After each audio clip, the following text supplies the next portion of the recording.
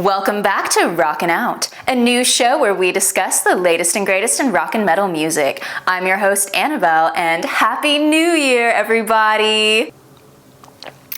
That's actually grape juice. I am so stoked for 2026. As of recording this right now, it is 1 a.m. exactly, but before we truly begin 2026, I wanted to give one last hurrah to some of my favorite songs, albums, and acts of 2025. Tonight, in this video, we will be covering my top 5 rock songs of 2025, my top 4 albums of 2025, a couple of honorable mentions, some of whom are not in the genre, but I really loved their stuff and felt it was worth mentioning, along with my favorite artist I saw live this year, and the artist that I thought put on the best live show this year that I saw. It's worth noting that these are all my own personal tastes, my own personal likes, that may or may not be songs that you have heard before and may or may not be what you like or what fit traditional mainstream rock and metal charts. That being said, let's dive right in. Let's start with my top 5 rock/alternative songs of 2025. Coming in at number 5 is Parasite by Another Day Dawns.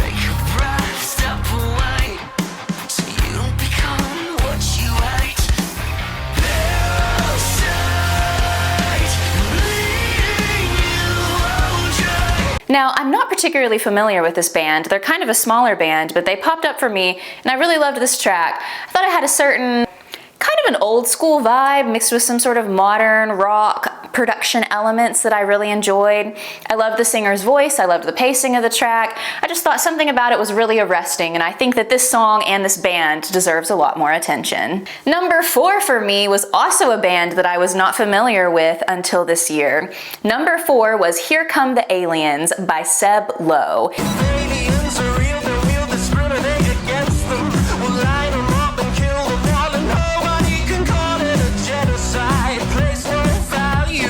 Technical advancements, they can do the shit jobs that nobody likes. They put them to work, the economy's booming. It's not racist, they're not human. And yes, Seb Low is a band name. From what I gather, once again, I don't know that much about this band either. They're new to me as of this year. They appear to be a trio. I've kind of glanced at some of their other stuff too. They appear to make a lot of politically active songs, more topical, more with the times. I really love the lyrics in Here Come the Aliens. I think it has a really cool, unique sound, and I feel like the message that they're sending and what they're talking about is extremely relevant to today's day and age.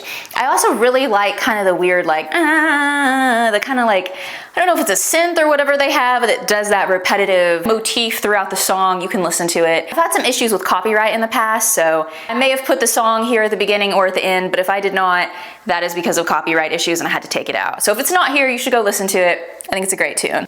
Coming in at number 3 is Love Sucker by Hayden Henderson.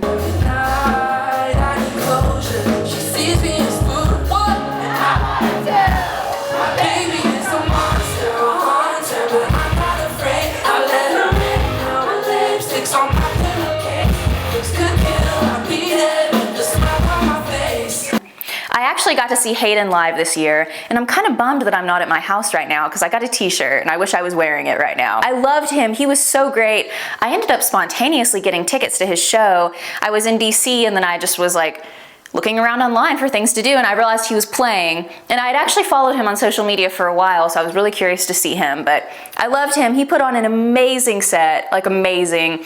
I'll try to put some of the footage in from the set into this video. I thought he was great. I thought he was incredible. I thought he and his band were really tight. I want to know who his producer is. Side note, Hayden, if you ever see this, please comment who your producer is because I've been wondering that for so long. I love the production value of the songs. I think that they are really interesting because I think he's decidedly rock, but he has some more catchy kind of pop elements that I actually like. I actually love it. I love the kind of blend that he has going on. And I think all of his songs are just incredibly catchy. Really love his stuff. Number 2 for me was a song that I played a lot this year. Number 2 is Brain Rot by Grandson. Yeah, watch the world fall off its axis. Watch the bombs go off, paid for by your taxes. Watch the Met Ball, watch the brain rot. Watch the GoPro footage of the headshot. I don't even really think I need to say much about this song. It's excellent. It really kind of fits our current political climate. I felt it very strongly. I was actually at Walmart last minute shopping like just now before it all closed for the new year, and that is the song I listened to on the way home. So yeah, that definitely deserves my number 2 spot. But you may be wondering, if I like that song and I listened to it so much this year, why is it not number 1? Who is number 1? Well, I'm giving the number 1 rock song of 2025 to an incredibly unexpected artist, one I highly doubt that you have ever heard of because they were super new to me. Number 1 for the top 5 rock songs of 2025, in my opinion, is Broke Boy Blues by Isaiah Stone.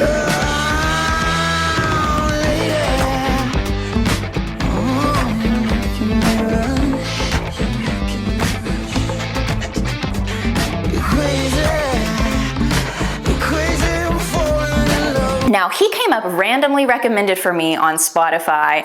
I love his sound. His sound is the exact type of sound that I have been craving and haven't heard from anyone else. As of recording this, he is a really small artist. He does not have a big following at all. He does not have a lot of monthly listeners on Spotify. Honestly, it's hard to find information about him online. I checked out like his Spotify bio a little bit, but other than that, that's it. He has a lot of like promotional videos on Instagram and TikTok, but they're very like sleekly well recorded and they're just him singing his songs. It's hard to find a lot of info about who he is as a person. So I would love if he would maybe put like an about me section like on his Instagram or his TikTok, talking a little bit about like who he actually is as like a guy, as an artist, like who he is behind the scenes, because I really think that he could make it big. I think his voice is amazing. I think the songwriting is amazing. I think the guitar is just so sexy. I love it. I mean, I think this dude totally rocks. And I love the blend of rock music plus blues. I feel like they're so interconnected as genres, and I love hearing somebody in the modern day bringing that more all together. So that is why he is my number 1 rock song of 2025, and I think he's just such an underground artist, and I cannot wait for him to hit more of the mainstream because I think he is so talented. Going into my top 4 rock albums, or rather rock/alternative albums, or a little bit of metal in here too, whatever you want to call it. At number 4, we have Lover of a Ghost by Violent Vera. Now, I found her from her song Burn Me With a Bible. Question the keys and I am held in the melody I sent to God. Why burn me with a Bible? Which is actually really similar to my song Unholy Man, with the same kind of like church vibes, the kind of, well, you can just listen to them both and you'll see what I mean. He smiles 'cause there's a body they never found. And he says, God, oh God, I think you missed a little spot. There's still some black on my soul. I really love her sound. I really love her music. She has a certain nostalgic quality to her voice, the main singer. I think all of the songs are really well done, and I really love her concepts that she has. I love the concepts she has throughout the album, and I love the kind of storytelling quality that all of her songs have. And that is why her album is getting number 4 on my top 4 rock albums of 2025. I didn't have a 5th album that I wanted to put, so that's why it's 4. For number 3 on my albums, and this was really tough because I didn't know where I wanted to place this one, I'm giving it to Grandson for his album Inertia, which Brain Rot came off of. And it was tough for me to place him at number 3. I really went back and forth on this one because I think it was so awesome. So timely, so topical. Every song is just so hard-hitting and badass. It's a great album. You should check it out if you haven't already. You probably have. I feel like everybody has. Number 2, I am giving to Hayden Henderson with his Tension album. Speaking of how much I loved Lovesucker, I really loved every single other song on that album too. I like the actual song Tension that the album is named after. I think I have most of his music on my playlist, seriously, and he was just so kick-ass live. If I wasn't a fan before, I was definitely a fan after, but I was a fan before. Just really solidified how good he is. I think he's really cool. I think he's got a great sound, great album, 1010. I loved the Tension tour. It was great. Now, my number 1 album is Scoop by Bandmade, and if you're a Bandmade fan, you're probably here because a lot of you are here. Shout out to Roger. But what can I say? Of course, that was going to get the number 1 album for me. Bandmade is insanely good. The album is an insane display of their technical skill. They have such great energy. All of them are amazing. amazing musicians. I mean, it's just such an incredible album. The album is kind of like leaps and bounds ahead of all other music that I've heard this year in technical skill. I just think that the band is so incredible. I mean, they're amazing. The whole album is amazing. You should definitely listen to it. And that is why it is my #1 album of 2025. Now, I'd like to give a couple of honorable mentions here. My first honorable mention is Start a Fire by the Neighborhood Kids and Damage. Those are the names of the groups. One is the Neighborhood Kids and the other is Damage. Tonight, defend the post. I just might dispose of the CEOs. They just got to go eating the rich cause we dying of hunger pain. Swear that we living inside of the Hunger Games. This a monopoly playing the money game. You wanna wipe it, get best on a sunny day, huh? Your favorite rapper probably went to Diddy parties. It's decided we don't side with any parties, no. Republican, Democrat, this be the death of that. It's time to settle down. Now, they're considered a hip-hop collective that is focused on like social justice and activism and class consciousness. They have a lot of really interesting music. I know that this is not about hip-hop at all, but I really think that the track is cool. My theme of this year was like social consciousness and like timeliness of albums, like as of our current political climate. Really think the song is cool, really think that they have a cool vibe. I think even if you prefer rock and metal music, that this is a song that would be worth checking out, and I think that they're both groups that are interesting. I would also like to give another honorable mention to T-Shirt by Blaine Bailey. Never known a headdress to be an iron on. At least you ain't forgot whose land you're standing on. Can't teach a man to live life or how to make it out alive without taking all you've had to survive. Now, Blaine is a Cherokee artist. He's actually Kiowa, which is funny because I am actually Cherokee as well. There are 3 federally recognized bands of Cherokees in the US. One of them is the Kiowas, the second is Cherokee Nation, which is what I am in, and the third is the Eastern Band of Cherokees. And it's funny because one of my family members actually works for Kiowa. So I really wanted to highlight him because I love seeing a native artist. He considers himself more like a kind of a grit with like a southern country vibe, but I still feel that like T-Shirt especially and all of his music has such an important role in today's society, and I feel that what he's doing with his music is very important for preserving Cherokees and our culture and for promoting our work and then kind of bringing other people into our culture and to our space. So I really wanted to highlight him and what he is doing. I think the song is a good song. I'm really curious to watch him grow as an artist. I love seeing a fellow Cherokee musician. Now then, my favorite artists of 2025 are actually 2 artists. The first is Cami Kehoe. You've definitely seen her if you've been in the rock or metal space at all. I think she's super badass. She's so cool. When I first found her, I was amazed. She's so young too. Really just an incredible artist, and weirdly enough, she kind of looks like a more alternative version of one of my good friends. When I found her, I actually thought that one of my friends had like gotten an eyebrow slit and then had become a musician and I somehow missed it. They look really similar. Then my other honorable mention artist who I love is Moonwalker. I also just discovered him this year. If you're into kind of a more like fuzzed out rock sound, I think you'll really like him. He's got some very interesting promotional videos on social media. He's got a very specific style and he kind of does these things with like smiley faces. Tell them they're worth only as much as they're making, that no one will love them if they don't fit the mold. We need a new God, we need a savior, maybe a new song isn't the worst idea. Something about him is just very arresting. He's very arresting as an artist and you want to watch him. So I definitely feel that both of those artists are worth mentioning. Now, my favorite artist that I saw live this year was, drumroll please, Tom Morello, of course.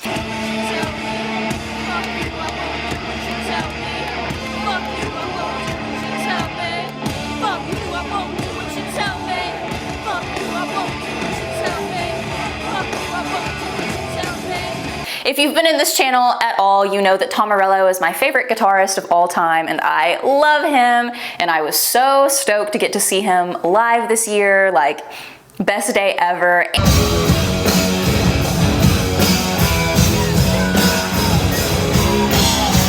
And I got to see his son Roman Morello, who is 14 now, I believe, who's incredible. He's an incredible guitarist following in his dad's footsteps.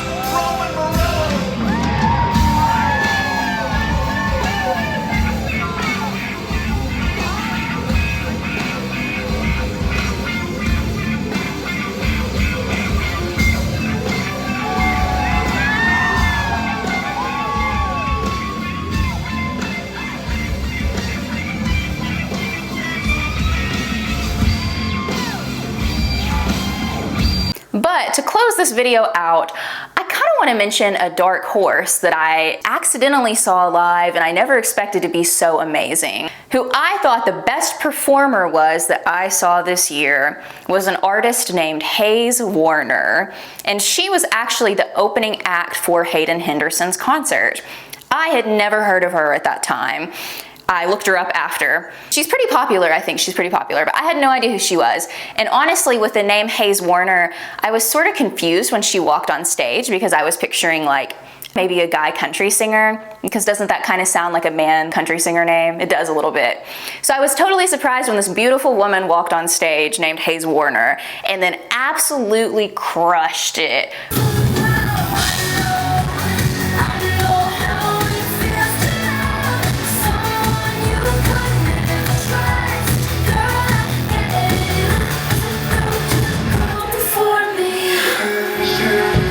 Her stage presence was a 20 out of 10. She knocked it out of the park. No one I saw this year had better energy than her. She was incredible. She got off the stage and interacted with the fans.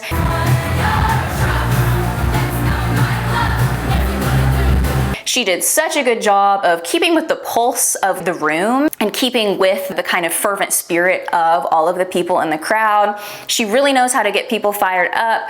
Thought she was incredible, thought she was a great singer, just amazing. I'm a fan now after watching her. It was such a surprise to see her. And honestly, I love Hayden. I already liked him and thought he was good, but she kind of showed him up. But once again, he was great, but wow, she was really incredible. And with that, the 2025 year in music has come to a close. What do you think of who I've said? Who would you have picked for your top songs, albums, artists of the year? I definitely think there was a lot more mainstream rock and metal music that could have easily taken places here this year. Sometimes I just like to try to branch out a little bit more. Not all of these artists were small, but I like finding some smaller artists. I like exploring more, just seeing what all is out there, because there is just so much good music, and there's so many good musicians that I think are worth hearing and are worth checking out. But I would love to know who you think should have won for everything, except Bandmade winning the top album of the year is definitely just the correct choice. You can fight me on that, but man, they're so good. I really loved that album. I think all of the other places you could debate depending on what you listen to,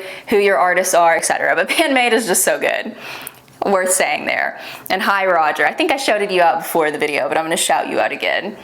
Anyways, I hope that you have a lovely new year filled with rock and metal music and excitement and joy, and that if you made any New Year's resolutions, that you keep them. I am looking forward to 2026 and all of the incredible music it brings. And with that, I'll see you on the flip side.